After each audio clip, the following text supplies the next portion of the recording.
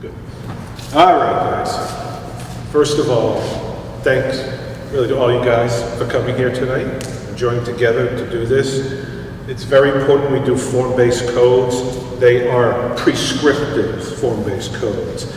Unlike conventional use-based zoning is proscriptive. It's all about what thou shalt not do, all right?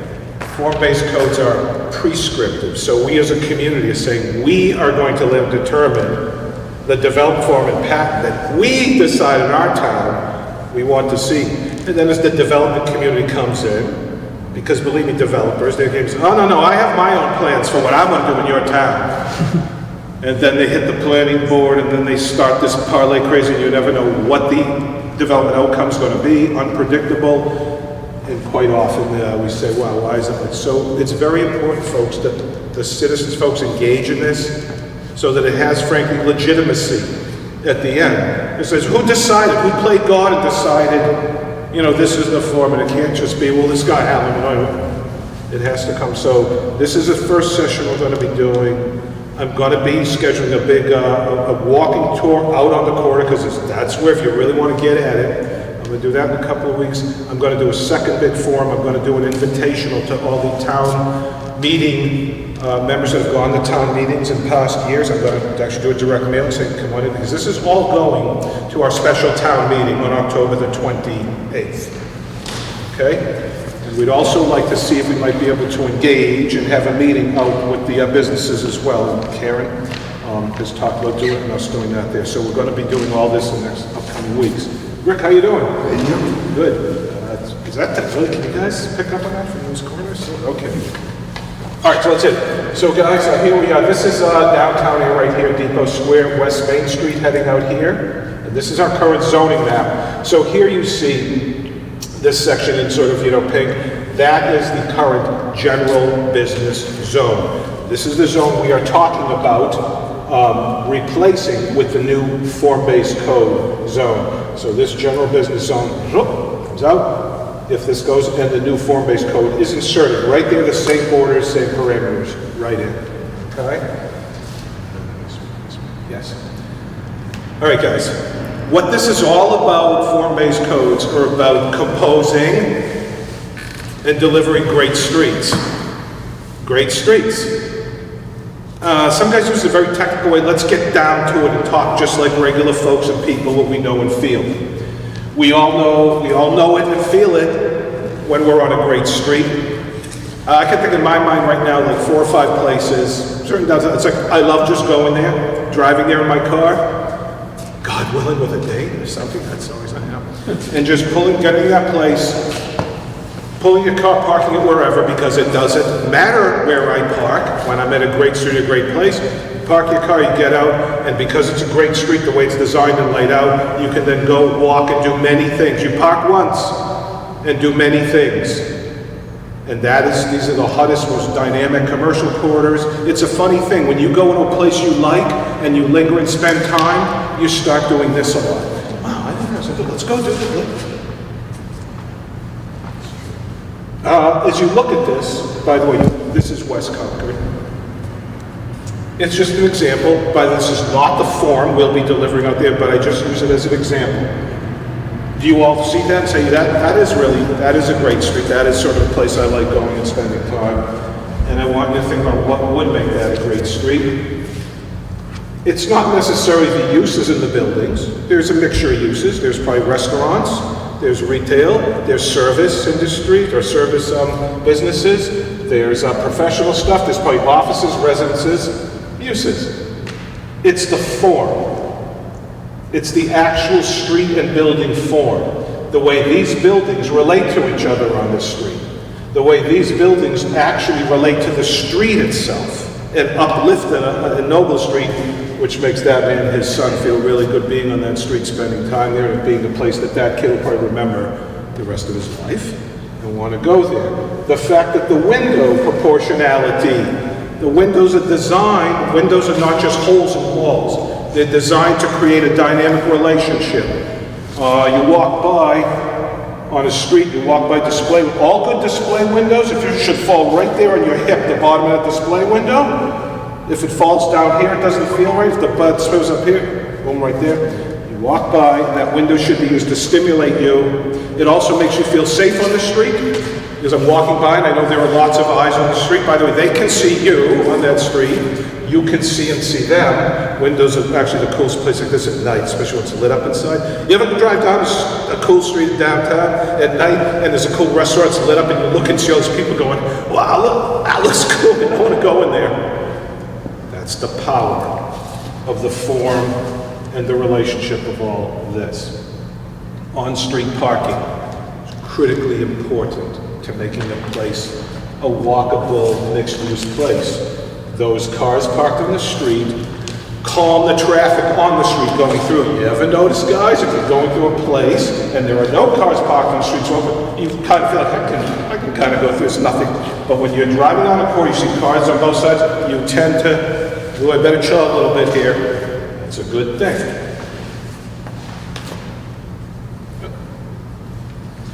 Is it use or is it form then, what's going on here that would make this a great street? Well, it's both, but it's really the functional form. Again, the buildings, or what you're doing here with these buildings, it's creating what we call a street wall. Okay? It's literally framing the street.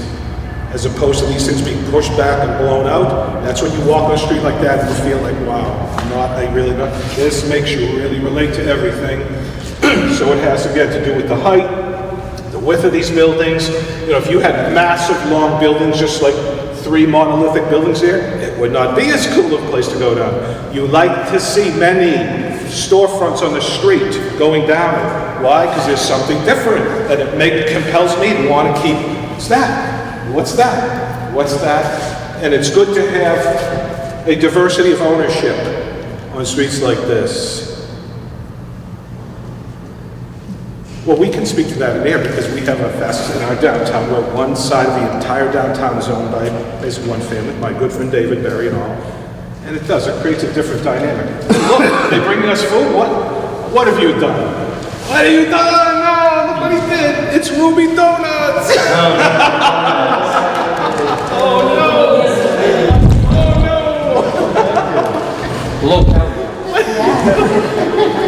These are the type of business people we have out in this corridor. Some of our best business people. They're going to hug you, my brother. And by the way, we're both from Lowell.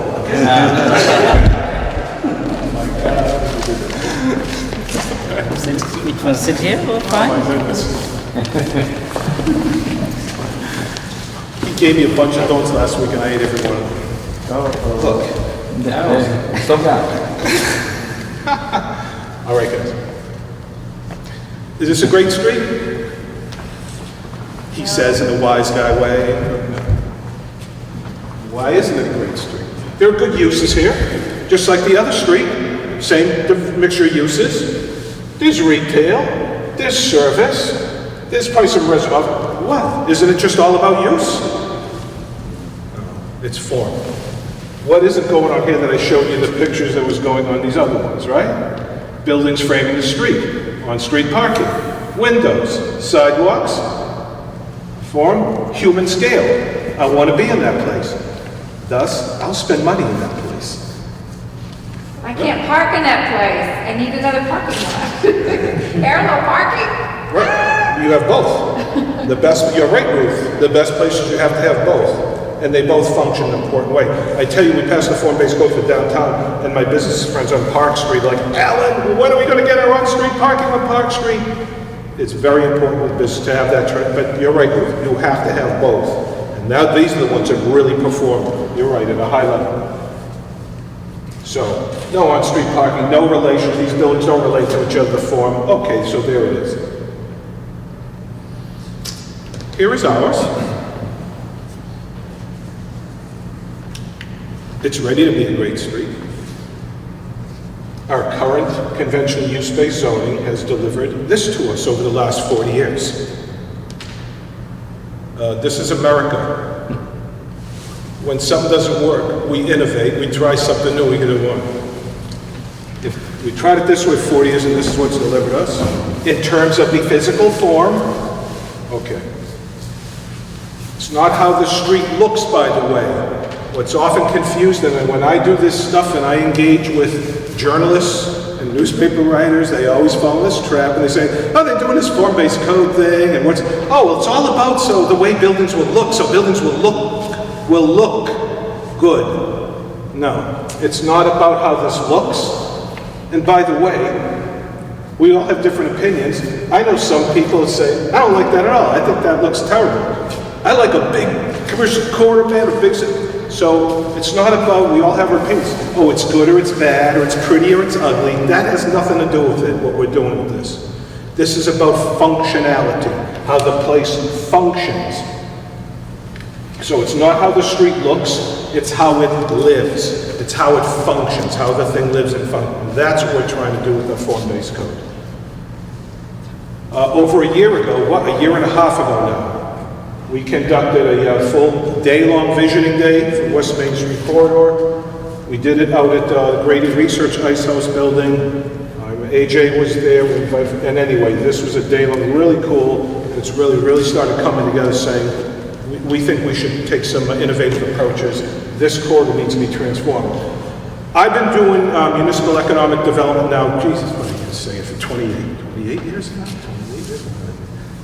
I think this corridor has more potential than any other corridor in this town. Future development potential. I know it has. I do this quickly. Where the heck is this? We're going to talk about transect and development patterns quickly. This is the classic New England town, is it not? Isn't that pretty? Isn't it quaint? The whole point of this guy is physical form and development pattern. Our New England form. Those other corridors I showed you, those corridors are foreign to New England. It's something that came up and we brought in here because it's not our New England way. This is our gift to the world. The traditional New England village center. What is it all about? Right at the core, you know, what is your main core? What is the main intersection, the main point of your town? In most New England towns, you'll find the beautiful white wooden steeple, Congregationalist church, right at the very center. The houses cluster around it tightly here. And it starts like when you throw a stone in a pond, man, you have that ripple, right? In the sense of tightness, density, a little less dense in terms of height, in terms of how close the buildings are together, all of it. And slowly it grades out and gets less and less intense. What does that do? Well, it means that here, we can do many things together here. We like being closer together, God forbid, in America. Because what zoning did after World War II, we decided we don't want to be close together anymore. We all came from these cities. We want to go to the suburb. Let's do zoning so we can pull everything apart, isolate everything by uses. I go to school over there in that zone. We shop over there in that zone, in the shopping zone over there. We live over here in our residential zone. And it's all separated out and isolated. We thought this was the bill of goods my generation was sold. Right, Grove? That's the American dream. We've come to realize now. Why is it, you know, what's happening right now? Isn't it fascinating how all of a sudden downtowns is the hip place where people now that have, they want to live back in the cool downtown. I'm from Lowell. You go into downtown Lowell today in the old mill buildings, try to rent a condo down there in downtown Lowell. Right, Sandy? What are you looking at a month now for a condo downtown Lowell? $2,000 a month for a one-bedroom? What is going on? This is how people want to live now. See, they did the opposite. They said now for 40 years, oh no, if you made it American, you get out of this, you live in the suburbs. Now, well, the poor people are going to live in those first suburbs. The real people have it now are coming back because this is where life is good now. So guys, it's just this development pattern. When you develop this way also, this is the most sustainable development pattern for the taxpayers of a town. Guys, if air develops and sprawls out in a monolithic development pattern across our whole land area, you all as residential taxpayers will go broke. Go visit my good friends up in Nashua where I worked for 10 years, and they thought it was the greatest thing through the 70s, 80s. Let's just keep building and develop right to the Mecca. they're screwed up. They cannot generate enough money now to maintain their roads, their waterlets. It's all sprawled out. We can never hire enough people. We can never buy enough fire engines, police cruisers, plowing, sand. They're going broke. Air has a chance right now to do it right. And we know right now the development pressure, residential developments are coming at this town left and right. And they're going to start tearing apart our suburban neighborhoods. We got to channel that development down here, and that's going to be our pattern. This is our current zoning map in Air. That is Air. I love the funky shape of this town, isn't it? This weird parallelogram. It was carved out, of course, the mother town of Groton. Okay. But guys, you know, we're down here, we're talking here. But the whole point, I'm just showing this is, we got to channel our development down in here. If we start developing, this is our open land, it's still there. And this is where all developers want to do is make money, and that's good. They don't care where they develop. They want to develop where's the leaf past the resistance, the quickest, fast, and do it in the money. That's all they care. They don't care. I'll do it wherever I'll do it. And right now we have it set up, it's easy just to go out here. Let me find a nice new meadow or woodland, and let's just stick. We're trying to make it easier, prescriptive. Let's come down here, do the residential development closer near the city, and don't do this to these neighborhoods out here. The form-based code will help with that. Transect, with the blacked out titles. That's a private joke between Ken and I. It won't stay that way, Ken. But woe unto me if I, okay. Guys, this is the transect. This is a zoning tool, but it's the same thing I was just showing you with that New England thing. Like T6 is that village center. T5, we're one ring out, a little less intense. T4, a little less, and all the way up. So this is the transect, the urban to rural transect. The best time if you want to sustain, you should try to grow in this way. Meaning, well, if you're going to do big stuff, do it out here, and let's try to preserve this out here. And in New England, right, the pattern is, well, that's the village center, and you go out and out and out, and then you hit the border of the next town, where it should be, like rural, and as you get closer to that town, it starts grading up to that town center. That's our New England gift to the world. I'll just say this quickly. Years ago, I spoke at a big annual conference on this stuff, and I had it's when I worked in Nashua, and I had my time from New Hampshire, and this crew from California, they said, hey, you're from New England? I said, yeah. And they said, we're building actually new towns out in California, where they said river. I said, yeah. They said, you know what we're using for our patent, the whole development patent for our new towns out in California we're building? What? I said, you ever see those old historic bird's eye view maps of New England? Every New England town had a bird's eye view done in the 1870s, 1880s, Look online, Air has its one. They said, we're going online. We're digging out those, the New England bird's eye view historic maps. They said, we're copying the whole patent street by street, form by form. They said, you guys have the original, and they know this is the most sustainable. And I just look at, wow. Sometimes we lose sight of it ourselves here.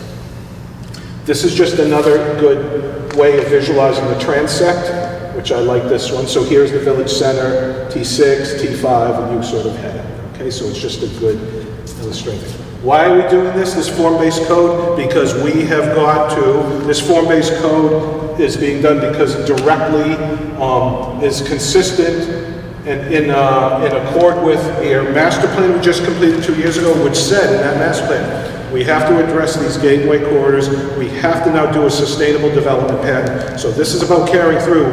The people of this town adopted this, our master plan, and this is actually our duty. Our complete streets policy that was adopted a few years ago, excellent, which just means all of our streets in Air should be designed, their form and development, so that you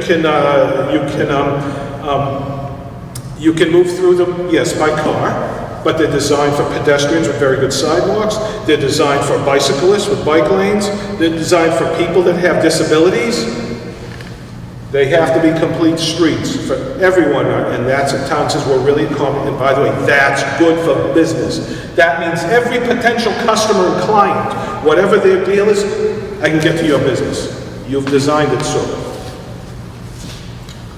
You guys can see, I'm sorry, I'm a bit nervous.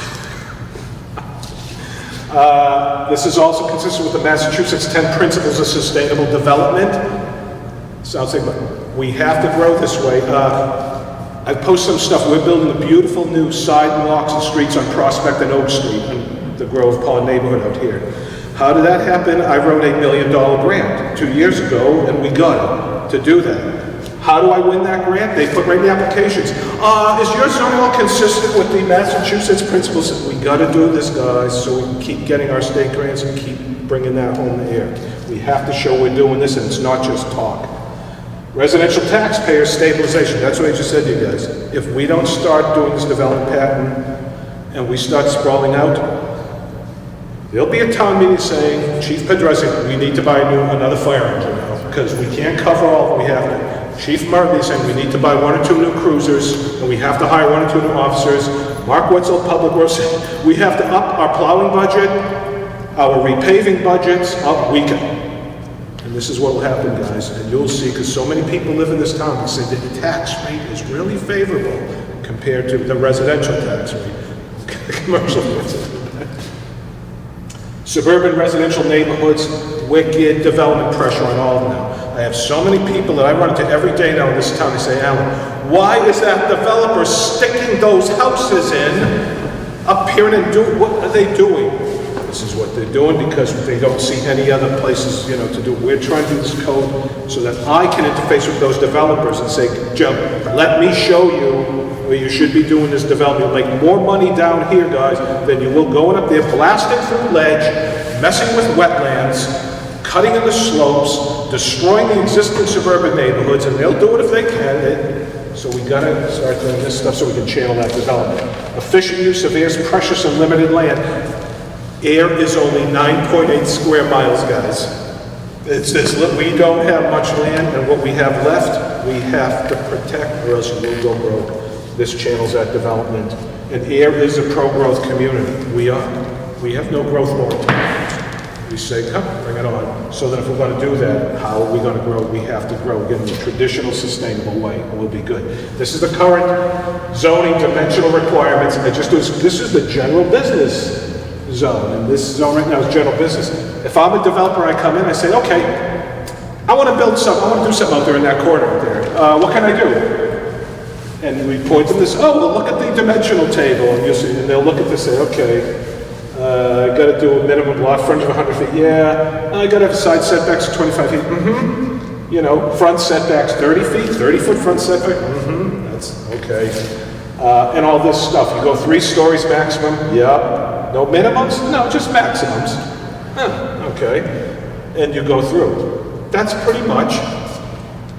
Does that say anything about what is this place I'm developing? What kind of place do you want? I don't know. Just follow those dimensions and we'll see how it comes out. We're not sure. So again, the form-based code is prescriptive. It's going to show the development pattern so they know they can make a choice as a developer now saying, yeah, I want to be in that game. I want to develop in a place like that. Or they say, no, this is completely unpredictable, vague. This is often when a developer builds a building and then they look and say, what is that? Why did they do it? That's terrible what they did. It's not them. It's us. It's our zoning and planning stuff. It's not giving them, and guys, as much as we think, oh wow, they're big developers, they're rich, they've done this, they know much more than us. And they're going to tell us what they want to do. I've been in this business a long time. I've worked as a consultant for major developers in southern New Hampshire and Mass. I can remember many times going for town stuff, and we had a plan or a design for a certain development, and we would have Plan A, that's what we'd submit, and then we'd have Plan B and Plan C, which was actually the good ones that were really done. We'd go in with Plan A, and we'd see if the planning board would go, okay. And I remember that happening several times. I won't say where or when. And then I remember us going out, having drinks, and laughing. Can you believe they said, yeah, they didn't even ask for anything. In my career, I've done this many times. I'd ask them, would you do this? And they'll say, yeah, we do that. You just have to ask. I never thought it. Sure. I don't know what you guys want. You're not showing us what you want out here. So we're going to do whatever we're going to do. That's how this stuff happens, guys. So that's where we get away from prescriptive. A lot of text. So they look at that, and then they read stuff like this. I was going to read it, but I'm not. This is the so-called purpose of the whole zoning bylaw, but it just gets into all this stuff. You know, protecting the health and safety of inhabitants. Alan? Yes. Just read the first one, the purposes. Yes, purposes. That's important. Yes. The purposes of this bylaw, this is the zoning bylaw, the entire zoning, the current zoning use-based bylaw we have. The purposes of this bylaw are to promote the general welfare of the town of Air. Good. To protect the health and safety of its inhabitants. Yes. To encourage the most appropriate use of land throughout the town. What we're doing out there with this sprawling stuff, this is not the most appropriate use of land for our town, but we're doing it. See, this is how this stuff, it conflicts. There's a disconnect. To provide for adequate light and clean air. That's an old throwback to, we must wreck these slums, these people out there, we gotta spread them out in Iceland. That is a throwback to post-World War II zoning. You know where that came from? Town just copies that other town and copies. Actually, all that came from cities, from places like New York and big cities. And we adopted it in our small towns in New England. And this is how we messed up. To limit pollution, good. To preserve the natural, historical, scenic, and aesthetic qualities of the town. That's the one that developers really love. What do you mean? To facilitate the adequate provision of transportation. Doesn't that mean that we have multimodal? Water supply, drainage, sewerage, schools, parks, open space, and other public requirements. To further the goals and policies of the Air Comprehensive Master Plan. That's the form-based code. And to reduce the hazard from fire by regulating the location and use of buildings in the area open space around them. That gets into that whole thing of getting spread out, suburbanized. So we find a balance. Then like stuff like this I love, they come in the site plan of approval. Improve building design or scale or site design to strengthen compatibility with surrounding properties. Now if I was a developer, came in on West Main Street, I looked out there, it's like, you want me to do a building so it's like everything like this? Is that what you're saying?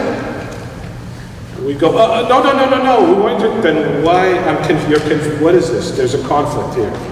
Zoning bylaw, off-street parking design. Except in an industrial district or healthcare district, off-street parking spaces shall be located behind or beside the principal structure or lot. I'm saying this one because there's a lot of what we're doing this, guys, you know what the form-based code I'm doing out here? It's actually, a lot of the good is woven into our thing. It's just sort of disjointed in the document. You gotta kind of hunt and piece it together. That is pure form-based code. No more big parking lots because when you do that again, guys, you detach, the whole pedestrian experience is detached. So that's there. So it's like, well, let's design a code that, that is delivering that. Because it's already there, it's already law. All this stuff, by the way, guys, all this is only subject, and if the form-based code is adopted, it's only subject to new construction. There are some people who adopt these codes and they say, well, are you saying I've got that code, I have a building out there, I got to immediately, like, put windows on the door? It's like, no, it's only if you build a new building. Okay?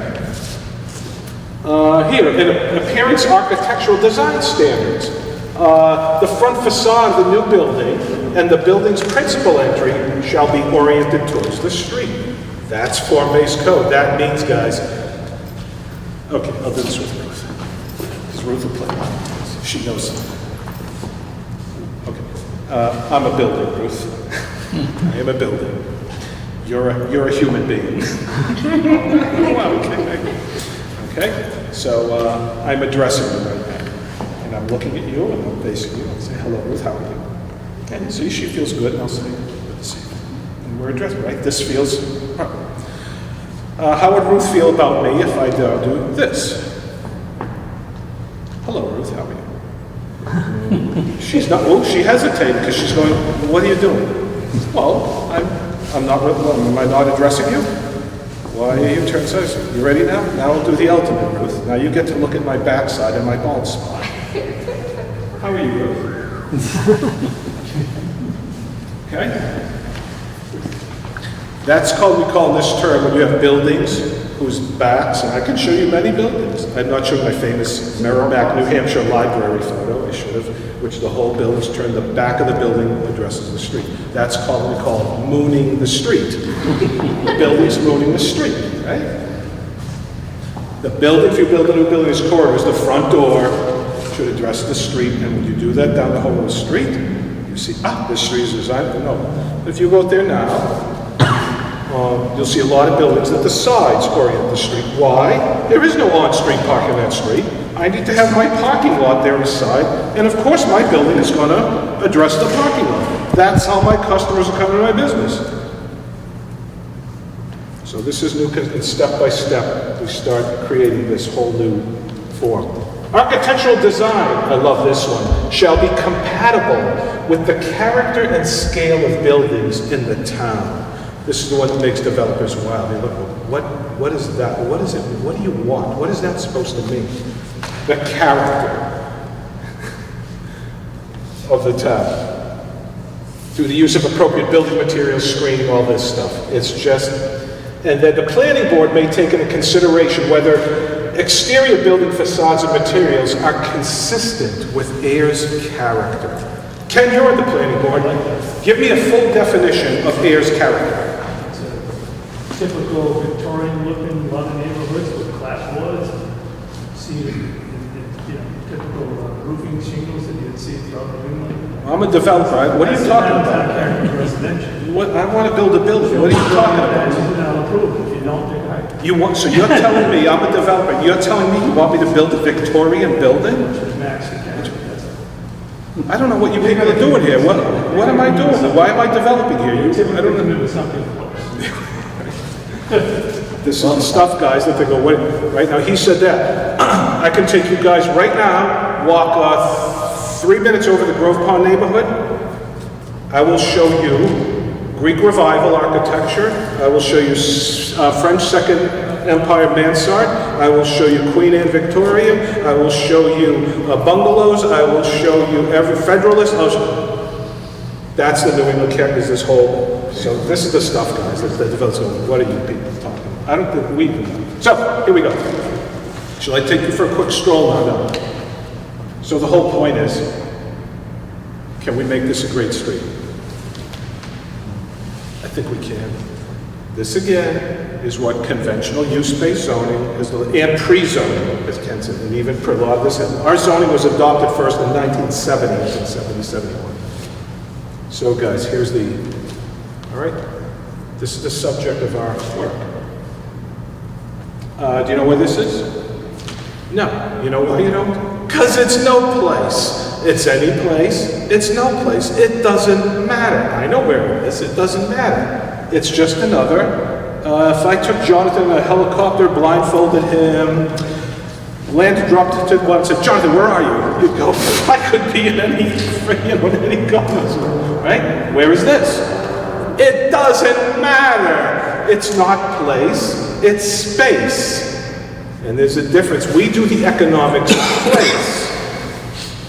This is the old space. This is good, right? This is very limited, what you can do in terms of customers, clients, people using it. It's not the best thing for businesses to take advantage. And again,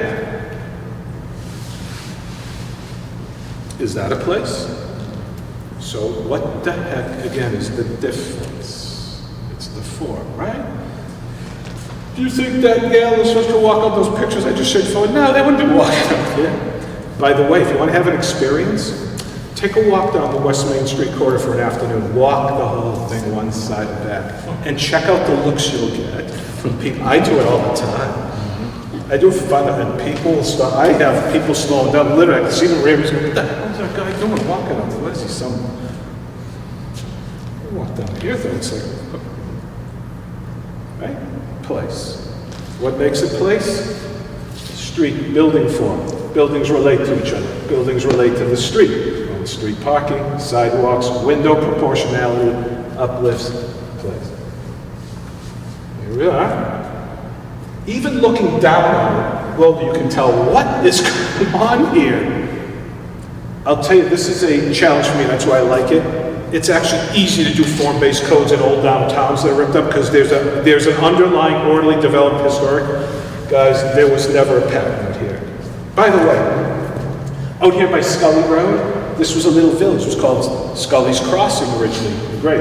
Out here where Grady Research is, ISIS, that was Mitchellville. And by the way, oh, okay, I'll say, what is this place called?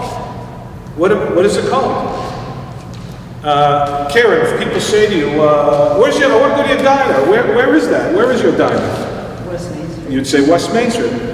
Now, I often say, when I've said, oh, I'm doing a form-based code for West Main Street, I'll have the people right up here, right past the fire station, they put around the old acre, the old St. Mary's, they said, oh, so West up there? I said, oh, no. No, we're talking about, I call it outer West Main Street. It doesn't have it. What this place historically was known as Mitchellville. Because you had a massive woolen mills out here where Grady Research is. There was a full village, houses, mills, just all wiped out and gone. But this was Mitchellville. But then the really thing that just defined what made this happen, Verbeck Gate. Camp Devens, before it was Fort Devens, spring of 1917. Spring of 19, they come in, establish Camp Devens. This was the original. There was no Barnum Road or Road Ensign. This was it. So this is what juiced all this. Everyone in the world had to come through there. And that's why, by the 1950s and 60s, how many gas stations, Ruth, do you think lined? There couldn't have been. You could never have enough gas stations back in the day and air when Fort Devens was here. Right? So here we are. Can we make it place?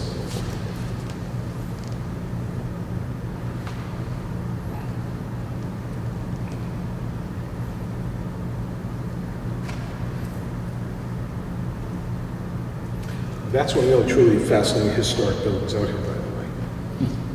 It was a gas station, believe it or not, a dealership. I think, and Ruth and I talk about a lot, I think that might have been the original old Lowell and Fitchburg electric trolley line. I think it was a trolley line car barn from the turn of the century. That's a fascinating building. That's a beautiful brick. That'd be like the hippest little brew pub cafe. I'd open up that whole bay and I'd have an indoor open cafe in there or something, whatever. Interesting thing. Just look at the state of this place. This end up, and this is more towards the east, where you have these really neat little single-family homes. There's actually an interesting mix out here of residential and commercial.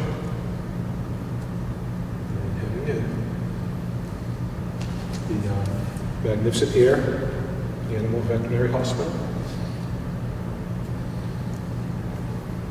You want to walk there with me? Does that help attract customers and clients and new development to Air?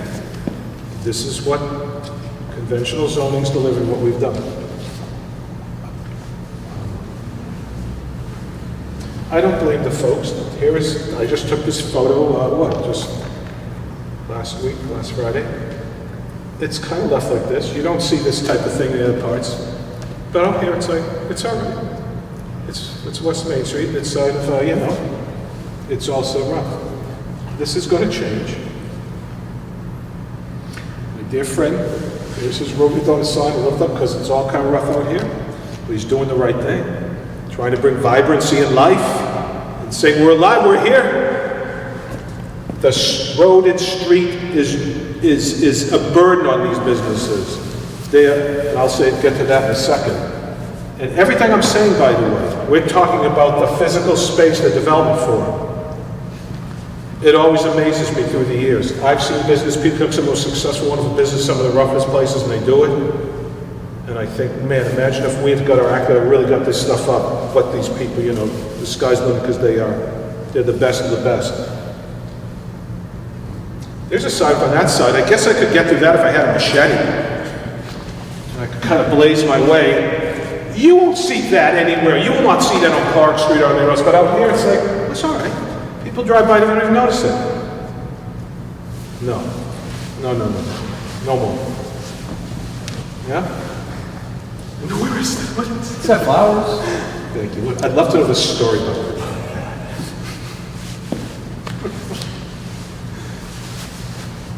There are rays of sunshine. There are rays of sunshine. Karen is here actually with us tonight, Karen's Kitchen. And Karen, I had an even better shot that I got right down in here and really Now this building is oriented to the parking lot, but you see, windows were put here. It's not mooning completely.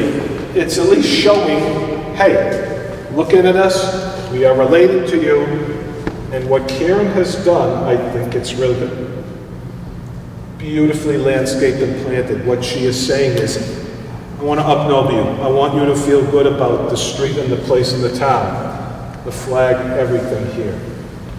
So I just say, but you see that building is set back 30 feet, because that's what the current thing is.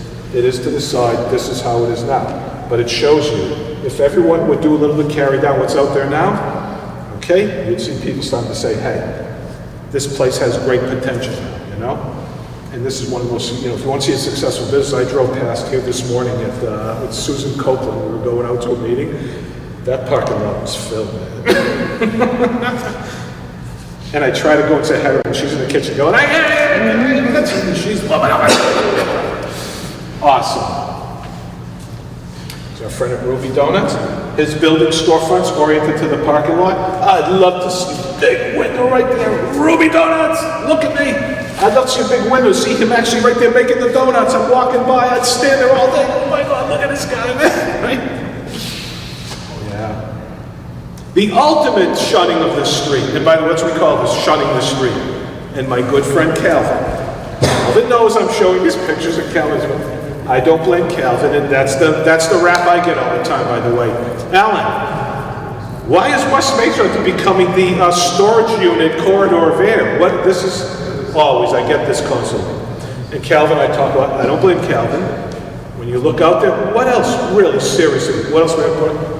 At least you do this, it's going to generate revenue, it doesn't, but guys, this is truly, when you look at, is this the most efficient use of our precious land?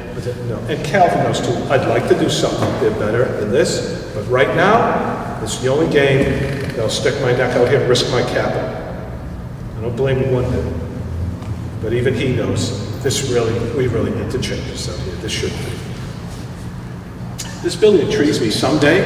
That could be completely reinvented into hip little actually retail storefronts, a little be residential. Isn't there some problem with the land that, I'm not sure where the storage units are, that big building next door, there's some issues with contamination? Yeah, I'll show that picture. Okay. Yes, you're right, that's right. And again, look at that, there it is. It is, this was, way back when, it was a club, right? Dry cleaner. Couldn't get enough of those two, and then the dry cleaners. And back in the day, unfortunately, what the dry cleaners did with some of the most toxic and horrific chemicals in it,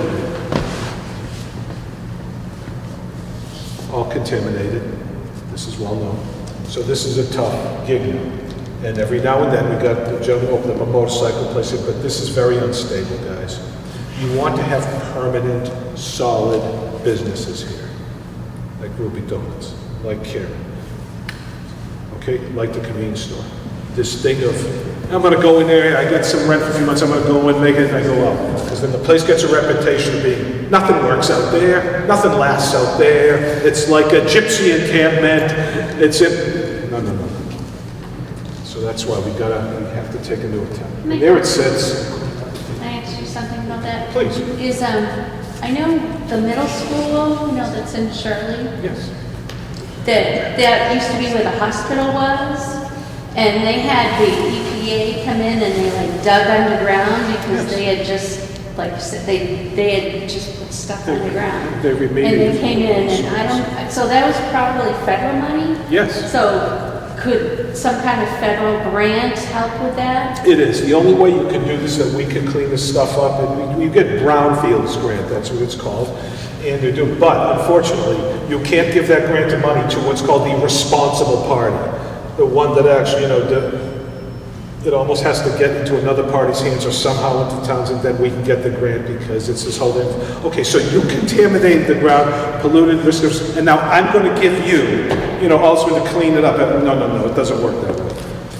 So it's a little complicated, but this one needs to happen. And by the way, you have buildings like this that are contaminated stuff. I was a commercial lending officer for a while as a bank. No bank will touch that until it's good. Will not give you any fine. That's why stuff like this, you get these very, unstable business. They don't have bank fine. They're just going to go, and I'm just going to sit here and do what I can and see what. I can't do this out here anymore. It's really, the place is more worthy. Fascinating little historic house there, right? It sits. And, but this is amazing. And our building commissioner, Charlie Schultz, and my town manager, they're all now working on this to get this resolved. You won't see anything like this in the other corner there. It wouldn't be except or allowed, but out here, come on, who kidding? No more. And again, very fascinating building, very fascinating historic building. Is the building structurally sound to do it there? Yes. I don't know. And I worry about contamination. I have a question, is the construction, he Yes. does a good job, Yes. he runs a great business, he hires people, he makes a lot of money. Yes. It's a general business area, what is the problem? I mean, Ruth, this is completely Doesn't- illegal how he's storing the vehicles. It's a violation of both of local, state, and many things. And there's a lot of oil and fluids. It's just. even though it's a general It business is, area. but you're right. I mean, that's so he just, we know how most people keep their equipment, their yard. So this is a tough thing. Well, you know who lives next door to this? My other good friend Barry Schwartzel. And Barry's getting to a point where maybe he might want to retire, do it. You think he can sell his house now? I mean, who's going to buy the house? This isn't, come on, we got to be reasonable. We're in a small town. We've got to try to, work together a little bit. But you're Well, I right. heard he wants to sell, find someplace Yes, else in here, yes. he's not able to do it, but he Yep. wants to then put a condo up there. Yes, But that wouldn't be allowed in the zoning thing, because it's general business. it will at the form-based code. Form-based code, general business condos, would that be? It is, yeah, in the form-based, we are going to now, yes, allow multifamily, yes, and that's what we're doing with the code, that's right, so we can now have, where actually the new code is going to make more, it provides more opportunities for guys to do more than they could otherwise, so that's what we're trying to do right, and do it very nicely. Again, the veterinary hospital, beautiful building, beautiful grounds, and again, they made this wonderful architectural design to address the street, but again, the front door addresses the parking lot, setback a good 30 feet. Once you start getting up here, and this is the cool thing with form-based codes, by the way. That old zoning I showed you, just those straight numbers and all, it's an abstraction. It's like this gentlest thing. It's like, here, we'll just plug, and it can go anywhere, everywhere. No. The form-based code we're composing now is designed for only one place in the world, right here. And when you get here, this was Ken Diskin really got my head straight. This is like, Alan, we got to think about the setback too close because there's a large stormwater detention basin in front of this. And I finally got out there and started looking like, wait a minute, what is it, little guys? Up back here is Shepley Hill. The grade, once you start getting right here, the grades behind you will really go up. So these parcels are all a little bit up and sort of tilted down. So you've got to give them that 30 feet right here because they may have to do those detention things in front because you're going up on this slope. And then once you get up here, it's just rock ledge right on the face of the road. So that has to be designed into the code specifically for there. So it's like, thank you. This was designed specifically for this place to work with this place. And I'll show you down. My good friend, also another low guy, Jason Squillia, and Shane. This is Brighter Horizons Environmental. Funky little, a huge piece of land. All floodplains are, but neat little building. But at least, what did they do? The building addresses the street. God bless them. God bless them. There's no sidewalk here at all. There's none, but they did it. I just think it's a noteworthy little thing there. And again, on this side, my other very good friend, Maria's dance school, so when you're here in auto thing, then you put up these big auto-oriented pedestal signs. Now, Maria's sign is there, but Maria, because she's tucked back on the part of the side, Alan, No one can see, they don't know I'm here. So she knows, I'm gonna put, that's illegal, that's a violation of our sign thing. We know it's out there. But this shows again, she's showing Alan, the form is not working my business because people can't see me, they're not connected, how can we? So I just raised that this whole development act makes it hard on a lot of businesses, and then they have to start doing stuff like that, which is, okay. There's Barry's house next door, and I love this because because the street is so horrific, it's just, you wouldn't even know, there's just this massive wall in front of the house, like just entombing the house. But I love that the little walkway is still, they're walking out to what, nothing. That's the road line here, there's no, but yet historically you could see.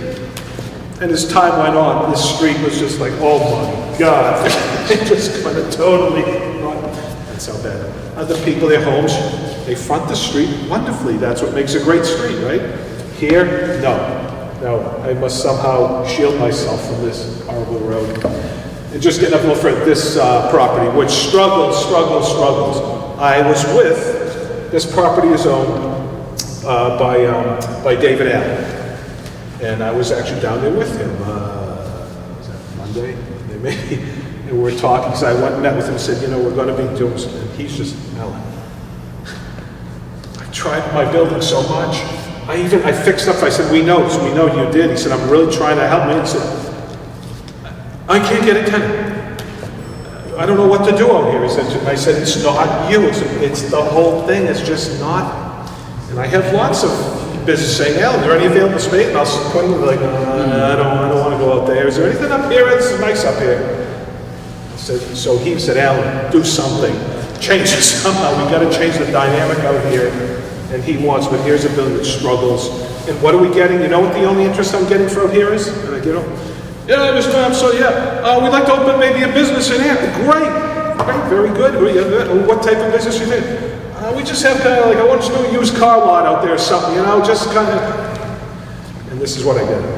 You don't want this to become this kind of unsteady used car thing. I was there for 6 months, and then they're gone. This is. Okay, and just another shot of it. It's still rough. Oh yeah, okay. Too thin. I don't even want to read this. This though is describe the intent and purpose of the new form-based code. All right, I'll do a little bit until I bore myself. Karen, thank you. Absolutely, thank you. You get the drift though, right? Right on. I'll come by to visit. Mitchell, the form-based code designed to foster, reinforce, and predictably, key word, predictably deliver a high-quality public realm. What's a public realm now? What the heck is that? It's my magic world I live in now. The public realm was that street space, the place where most of us spend 90% of our time in a place, where we make our decisions instantaneously, whether, yeah, I like this place, or I don't like this, what is this place? It's not what's inside the doors of the businesses.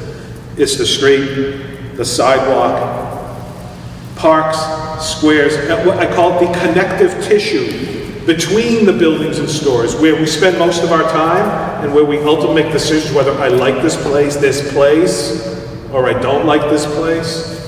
That's the public realm. We're looking for a high quality public realm out there. With moderate density, we are not trying to recreate a second downtown air. There's only one downtown air. We want to go out there and do it more of a traditional pen, but it's going to be a little less intense. Only one T6 in there, and that's the intersection of Park and Main, right at our rail station. That's T6. This is going to be a little less, but we want it to be, though, a cool village type thing. Moderate density, commercial, residential, mixed-use development. The district's built character will develop in accordance with a traditional and economically sustainable New England building and street pattern. Development and redevelopment along West Main Street, which serves as a connective multimodal corridor between Devon's, downtown area. I think actually that's the most powerful thing in this corridor.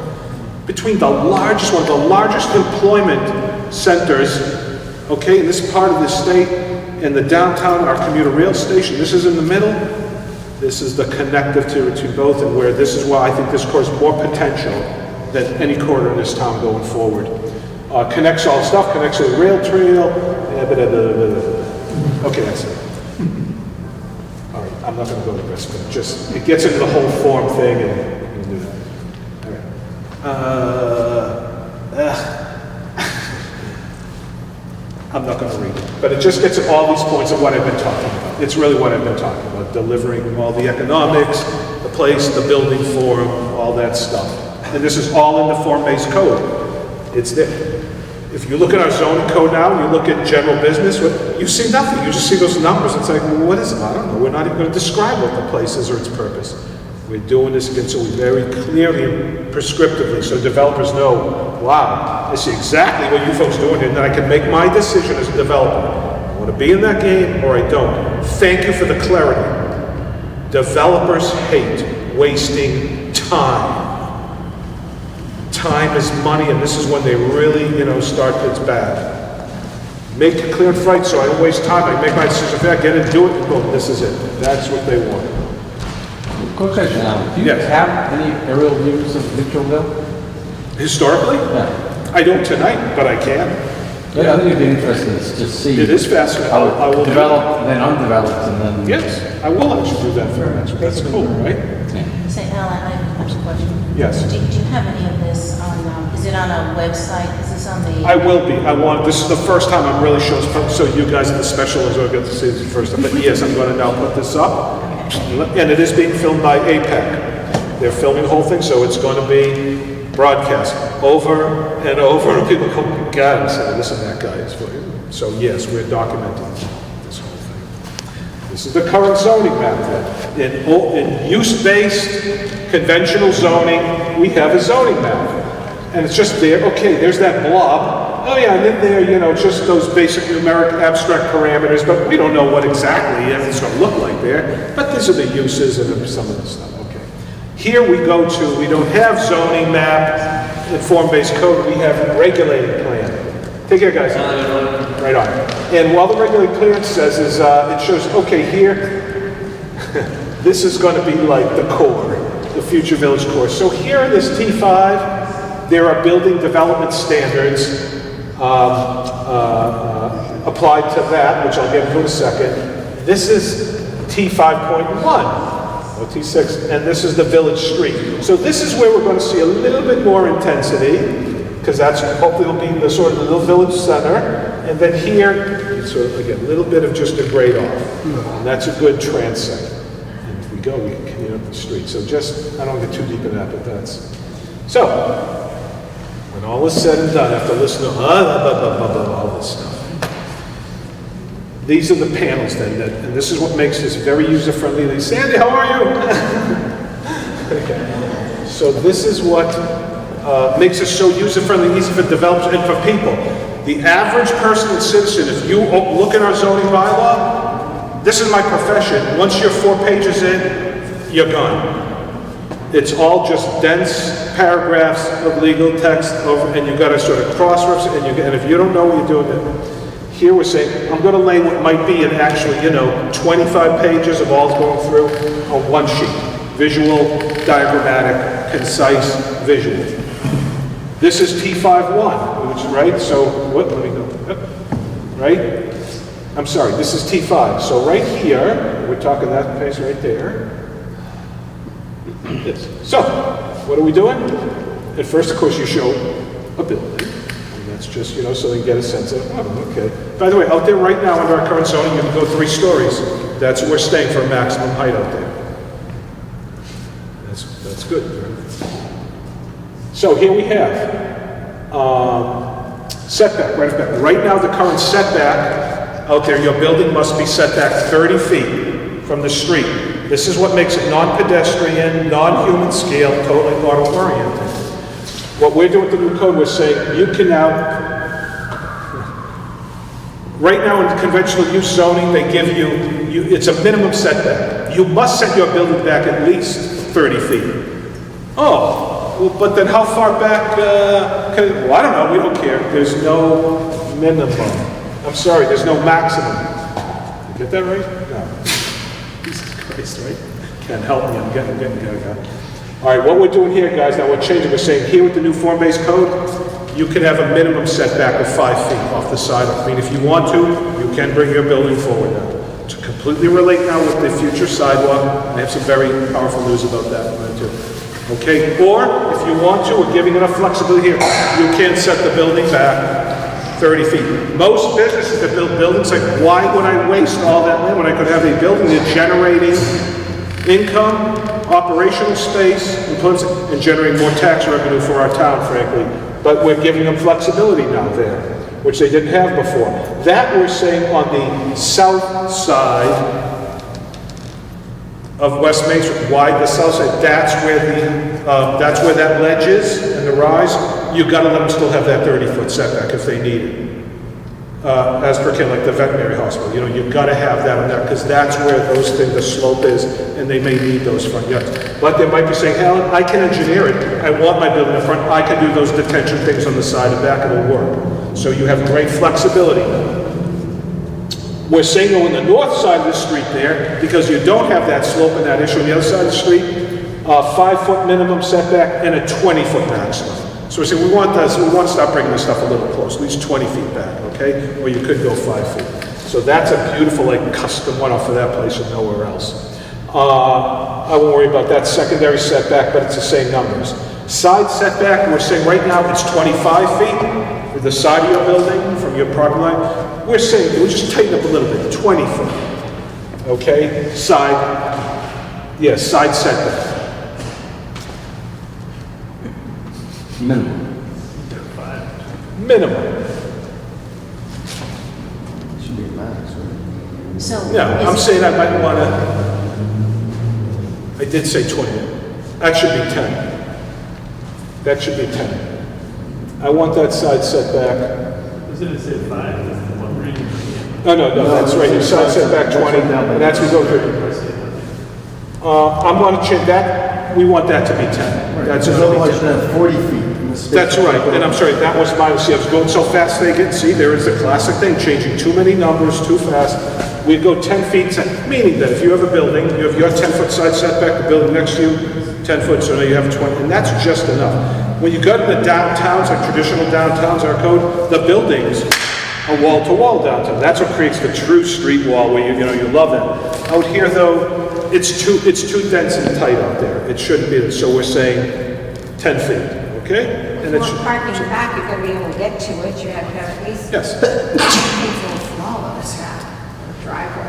The driveways we actually have going on the side, no, but that depends on where you set your building and your building width and all that. Right now, we're saying, because we don't want to actually have very large, big curb driveways, we're saying for those entryways to be between, I think we're saying 9 feet to 10 feet if it's a one-way in and out. So you're basically saying that the 10-foot minimum. You're not Yes. going maximum. So they- That's right, they more could. than 10 feet to accommodate driveways and things like that. So one side of the building may be more than 10 feet to get to it. The other side could be 10 feet to the Yeah. lot. To accommodate driving behind or parking. I'm going to rethink that whole thing for the next one. Keep your eye on that. Keep your eye on that. So Alan, and I, That should be a maximum, Ken. I placed this once and I was cutting and pasting. That should be actually 10-foot max.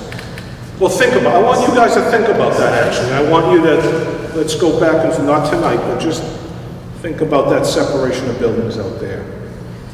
so Alan, Yes. and I apologize if you said this, but depending on the levels in a building Yes.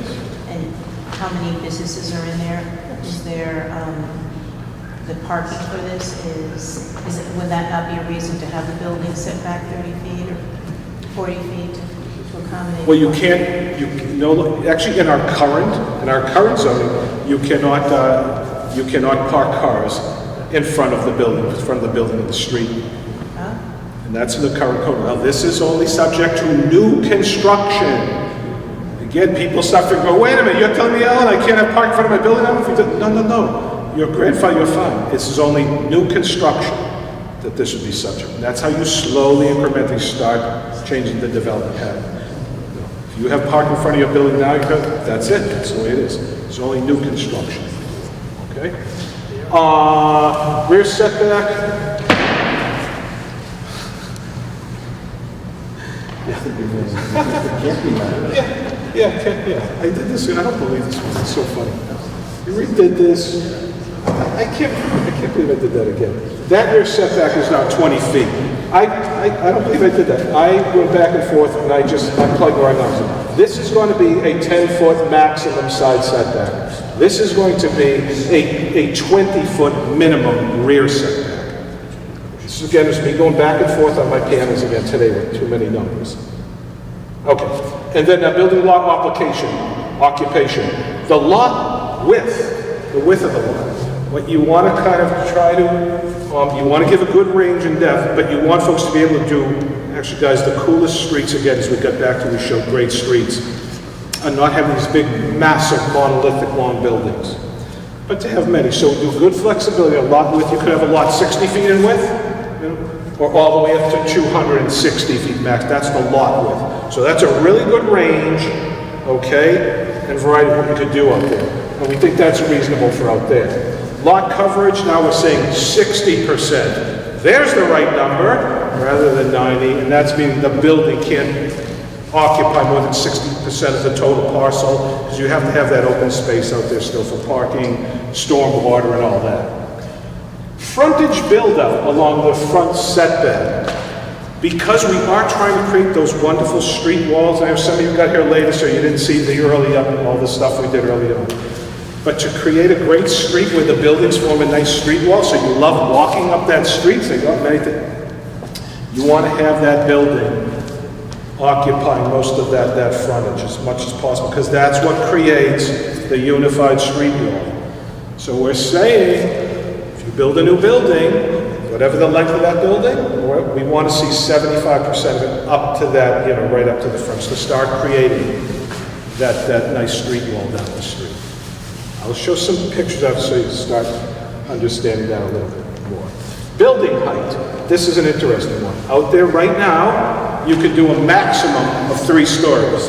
And that's and we're saying that's the maximum. But now, with our form-based code, we have a minimum height. What is that all about? That's about the economics, and that's in that middle core, in our T5 here, which we want to start seeing develop as sort of the village core, that little center. Eventually, we don't want to see 1-story buildings there. Why? It's an inefficient waste of the very precious, valuable land. And we want to see at least 2 stories, a maximum of 3. What does that do?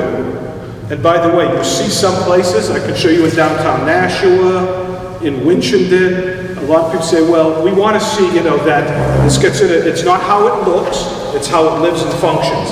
People say, oh, we want it to look like that historically with 2 stories. So you'll see some places they will build a faux or fake 2nd story with fake windows. So it looks like, well, what's up there? Nothing. It's fake. But Alan, isn't that good? Because all the form-based code is about is so that, you know, the buildings look like, no, it isn't. Why do we want 2nd stories? Because in that 2nd story building, there will be office uses, there may be residential uses. Those are the people then that will be coming down and patronizing the businesses in the core, generating what we call an 18-hour economy, meaning I'm here all the time, I live here. You want to start creating that economic intensity right there. That's what will drive the business and the value of everything and create form. So now we're going to have a minimum height there of 2 stories. No more 1-story buildings out there. And that little part. Please. Back up, this just on the slide, on item B, you call it lot occupation. See the, Oh, I'm sorry. that column right there at the top, the name? Lot Yes. occupation. Yes. So shouldn't that be called like the building lot occupation? So they know it's not, for instance, if you've got 60% lot coverage, that doesn't include the lot. We just want that to be referring to the building. Yeah, that's a good suggestion, Ken. I will do that. We'll call it building lot occupation. Yeah. Yeah, How much you're developing on the lot, including everything. that's good. I think that's, very good. Yeah, that's good. That helps clarify. Good. I like that. So you might want to Yeah.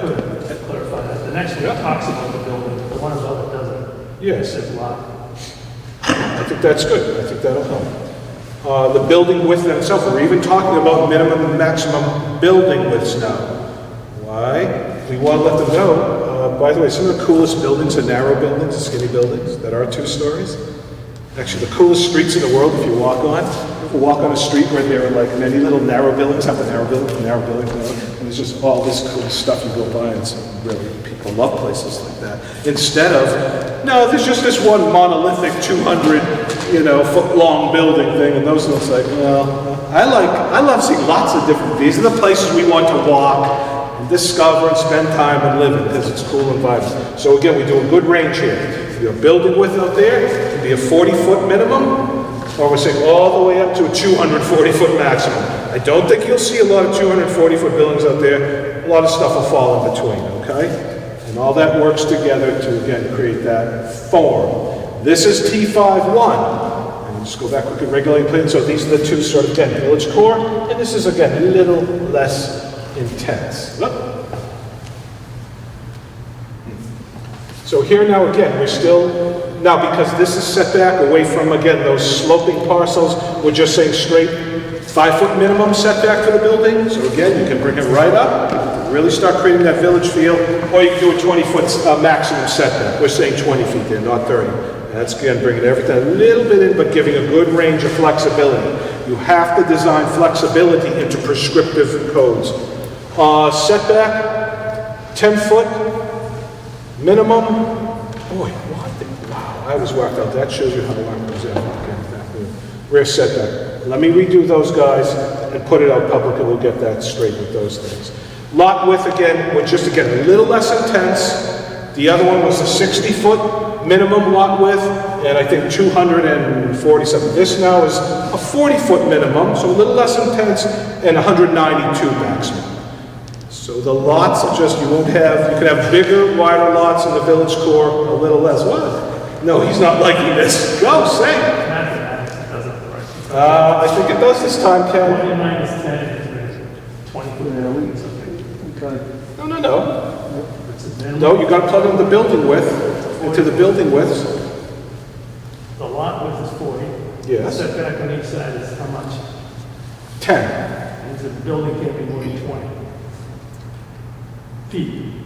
Right, so If the lot is 40, and you have to cut 10 on either side. Yeah, so 14, so then you're at 24, 34. And then another 10, geez, that's right, that's good. So Still 24 large buildings. Yeah. That's not gonna work. Yep, so then we're going to we gotta up again, I think that we're gonna up the lot widths again. I know, right? We're all shaking on this one. This one's driving me up the wall. we have to double check all of that. Oh, yes, we'll go through that. Actually, sit with me, okay? Because obviously this one, for some bizarre reason, Who do you want to meet is the question. right? Thank you. We'll rework those. Again, but lot coverage, we're saying there was 60%, same as the other. 60% building frontage, the other was 75% building front out. This again is a little less intense. You can go down to 60 with your building frontage occupation, a little less. And then here we're saying just what it is now. You can do 1-story building there, up to 3-story on the T51. So again, a little less intense than the core. And by the way, in both of these, we work in also building facade window proportionality. We want to make sure in all these things on the ground level of these buildings, the windows, meaning the proportion of the window takes up of that front plane of the building, we want to see between 60% and 90%. And it gets back to what we talked about, those windows are important. That's what engages people and nobles the street. On the upper level, we want to see between 40% and 60% windows on that whole facade. So there's no dead space, very alive to the street. Alan, And we come back here. are you seeing all of the T1, T5, et cetera? Yep. Is that starting in the middle of West Street? I mean, to me, it seems like it should be an extension of downtown, with downtown being the most dense. It is. It is. And then, is that what we're doing here? We're not transecting this town's not ready to lay a transect out in the whole town. But yes, we're trying to start to bring that pattern by doing this, yes. Yes. When you did the downtown work, you had an architect friend up in there project onto the land, the building shapes. Did you give that any thought for this section down there? Because it's be, I Yes, think a gamble, doing that because people own the property. But that's right. And this one I've gone back and forth on. Scott Collard is here. We've worked with and actually did produce some product. As you can see, guys, with this one, Ken, we're struggling with this form. At first we saw we had it too intense, too dense, too much, and this is why I held off tonight. Showing those, I want to think about it, I wanted to get sort of a reaction, see what's going on, but yeah, we got to come out and show. What he's talking about are artistic, illustrative rendering, showing, well, Alan, show me if this was, show me the street, what it would look like with this type of That's a thing. photograph or whatever, project on it, what the Yes. building will look like. Yes. A couple of buildings. Yeah, and I want to do that now for the next session between now and the thing and start doing that more visually. Once I get my darn setback numbers straight and the stupid widths, I don't know why I'm struggling with that one. Can I ask you something? Please. I don't understand, I guess I've never been to something like this before. So how do you do you approach those businesses that are there and ask them if they want to change? Is it eminent domain? No. Well, look, I No. don't know. That's what I'm trying to figure out. That's why I how you said, change it. yes, no, very good. So thank you. I'm glad you asked it so people be clear. As I said, this code only subject to new construction. If I'm coming in and building a new building out there, then if this was adopted, then you would be subject to this code. Anyone that has an existing building out the way it is, they go under, there's nothing they can do it. Only new construction. Yes, right? I think the dream is To- that as when new places seed it and people seeing the value of the property and surrounding property goes up, that's a great incentive to rebuild to a better standard because you see that there's more money. And right now, and this is right, the other part of this is mitigation of risk for developers. A lot of folks, I mean, say, Alan, I'd love to go in on a corridor like that, which we know is really, not a good form at all. I'd like to go in and do exactly what you're saying. Put the building right way, make it relate to the street. She's made hope that the person owns the property this side of me, people on the property said, we'll do the same.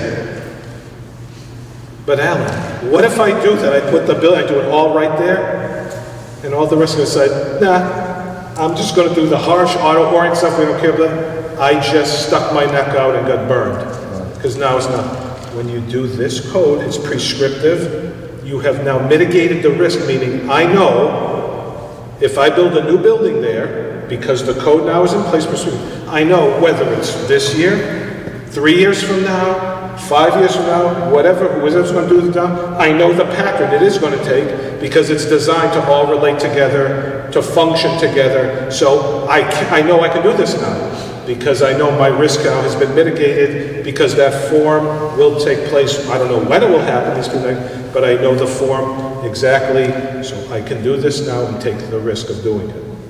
That's a huge part of this, of doing these codes. And So- guys, we gotta start somehow getting developed, say, I really want to do something good down here and start. They're afraid to take the risk out here now because of the way it is.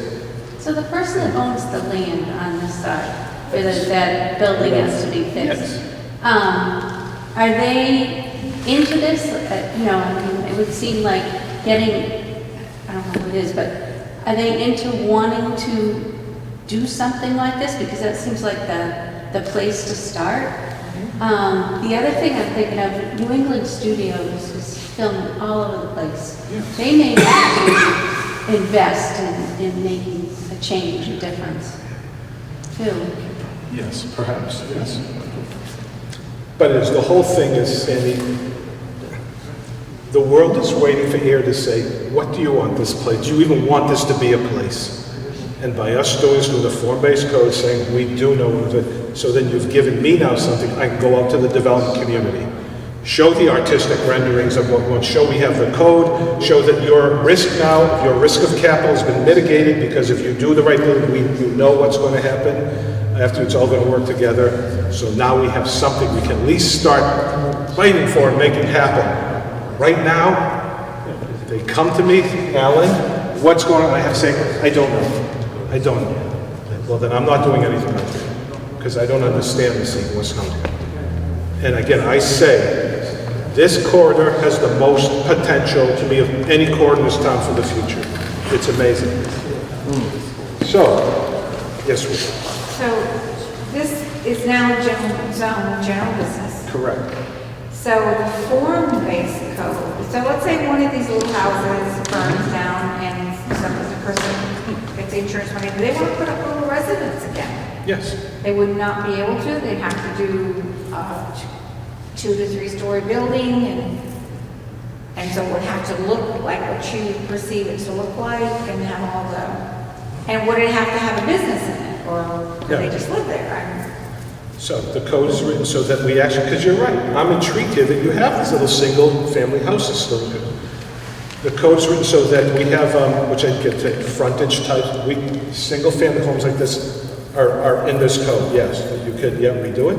And then out here, on these peripheries, you're not, yeah, you do 1 story. You'll notice though, Ruth, the old little historic houses aren't 2 stories. That's how they built them.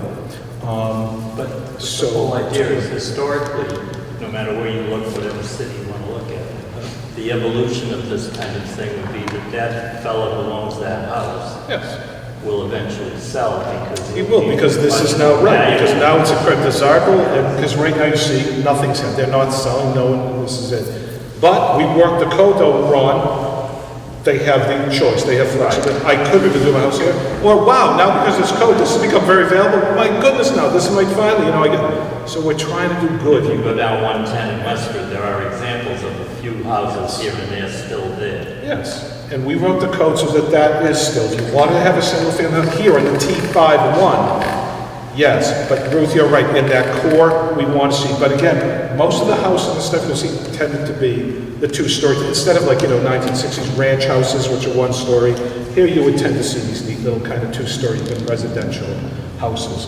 So They again, we're wouldn't trying. have to put a business in there. No, the uses, by the way, we're not changing you can do residential. Actually, Ruth, we have done it so that right now you have to get a special permit through the zoning board to do it. We're saying, no, we want this just to be by right. You can do residential by right, so we're actually making it easier than what's now. Yes, you can do it. We want the corridor to live, and when it lives, it's like having this great mixture of all these things together, and there it is. Guys? Or am I going the other way? I'm going the other way, right? I don't know. I just wanted to, nope, I was going the right way. I just want to go back to quickly, place, too many slides. Although it's interesting. And what I'm going to do, guys, within the next 2 weeks, we're going to organize, we're going to organize,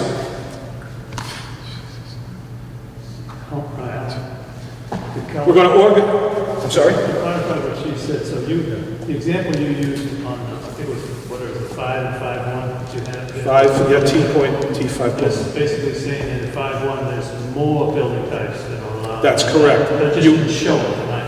That's right, I can tell, we're getting too much here. So yeah, I actually have it as the frontage type, the so-called fence and porch yard front. So yes, that is in, absolutely, because of that, 'cause I want to do it. Guys, it just gets back to where we started, Great Street. We're trying to create Great Street, and what that means. Right back where we started, the buildings create the street wall. Buildings frame the street. This place is designed for all sorts of, I can walk here, I can bike here, I can park here, on-street parking important, make it feel safe, active, 2 stories, creates the vitality, window proportionality. This is not as dense as we're talking, everything will be a little bit more separated out, that's what we're talking. But these are the great streets, this is not, right? And again, it's not about the use, it's about the form, as we said. This is what we have out there now. You ready for change? I'm ready. And I promise you, I can. As God is my witness, these numerics, because I keep switching panels and darn it, okay. Or maybe I'm just getting old, and as I said, my mother, dementia didn't set in with her until she was 87. I'm 57, and I don't know, is it already? My God. Okay. Folks, I appreciate all of you being here, and I love the crowd. I know all of you here tonight, and this is, and even a wonderful, by the way, we have a number of business owners of the corridor. Could you guys just maybe let them know of the business owners that are from the corridor, right? They are here, a few of them here, okay? There they are. And as much as I say, right, the corridor's hard, this is bad, no good. We have some of our best business operators, some of our best businesses are out in this area, which speaks to them that you just can't be a good, you must be an excellent business person, okay, out there to do it. And some of our best businesses are out there, and long-standing businesses. So it's time, they often say, my goodness, you invest so much in the downtown, areas look good everywhere, what about us? I'll end with this. If we don't get the roadway infrastructure in its proper form, if we don't get the roadway infrastructure in its proper form, Alan, you're telling me I'm going to build a building here to address the street, and this is what I'm addressing? This makes no sense. We launched an effort this summer. It's called a MassWorks grant with the state. We worked, myself, my office, Public Works, Mass Development at Devens, because this is important to them at Devens. They're also like, Alan, this is not helping us. Let's work together and do this. And by the way, that is the hugest market for all these businesses to tap. It boggles my mind. If the people at Devens got turned and saying, this is our wonderful place and village where we spend all our time, oh my God, I want to open a business out there. My goodness, I can't even imagine. We sat down all this together and we wrote a MassWorks grant, a $3 million grant. We submitted it August the 7th to the state.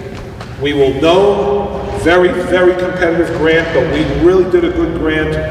If it goes through, that grant then will what? It will deliver brand new sidewalks, the entire length of the corridor, both sides through beautiful, raised granite curbing, concrete sidewalks, shade trees along the sidewalks, on-street parking, just like I showed those others, on-street parking, ready, they'll rip it, new water lines. Please, the water, why is that? The water pipe comes down here from town, it ends in a stub, right here. All of that stuff collects at the end, and this way they all have to use water filters, water filters, water filter. We're going to loop that, no more, water quality. Water lines, new roadway surface, all of it. We submitted that. We will know in mid-October if we're successful. If we're not successful this time, this is how it works with the state with these things. You get what's called your placeholder. It's not official, but it means, all right, we didn't give it to you this time because there's just too many towns going after too few money. But you're in the groove now. Next year, next cycle. So we are in the groove with this. We feel confident. I would love it if it happened this, oh my goodness, this October we're successful. But we're working hard, so if we get the infrastructure done, we get the new zoning together, we work with our development community, gives me to work with, and hey, we make a great street out there, we transform it. And by the way, this will not happen like, great, we got the new code thing, and snap our fingers, and oh, it appears, the whole thing is there. No. Happens incrementally, and that's the way it should have, but step by step, we make a great street. And this becomes Mitchellville once again. Or should we call it something else? Should we call it, I don't know, Devens Gate? Should we call it, I don't know, think about it. Maybe we... West Air. West Air Village? West Air Village is a lot better than Mitchell. Isn't that interesting? Because this is right, this is West Concord. Exactly. Now there's downtown Concord, which is the thing, and then there, well, maybe. Think about that. You all tell me, Alan, this is what we decided we're going to name our new village. Okay. And that's it. Guys, what am I here? Look at this, hour and a half. I thank you all for coming out tonight doing this. I thank you, giving me a chance to do this stuff, all of us. I will get my numbers exact down because that's what this is. Every number has to be right. And this was filmed tonight, and I want to thank APAC, our local cable access. They filmed this, so this will be on cable access, and they'll loop it over and over. And, we will all work together, and this corridor's time has come. Our time has come now for West Main Street Corridor. Speaking of time, Yes. about how long do you see this process taking to create and implement the form-based zoning? Well, again, this code is going to our special town meeting on October the 28th. Now, for all I know, this might all be voted down. I hope not. And once it's adopted, it then has to go to submitted to the Attorney General's office. They have to review it. But once it's in, the code is actually, you're subject to the code. I don't think, once that's out, that's then my job is to then go out and start selling it to the development community world. And by the way, guys, when you do this prescriptive and you know your place that we do, then I can go out now and I can be selective with what developers I approach. Because I know this developer is into this type of traditional development. So now I go out with my product to sell, just like you are. Up to now, I don't know what my product is out there. I can't make sense of it myself. Once this is, I know my product, and I go out, and I sell it to the developer who are into this, the best, and we start making it, and work with great guys like yourself, Kelleher Williams, our commercial brokers. I think we'd like to, redesign the shopping Yes. place. That would, Are you asking me if they are going to do they are this? going to, they want to lift up face. They do. And I tell you, I have met with the owner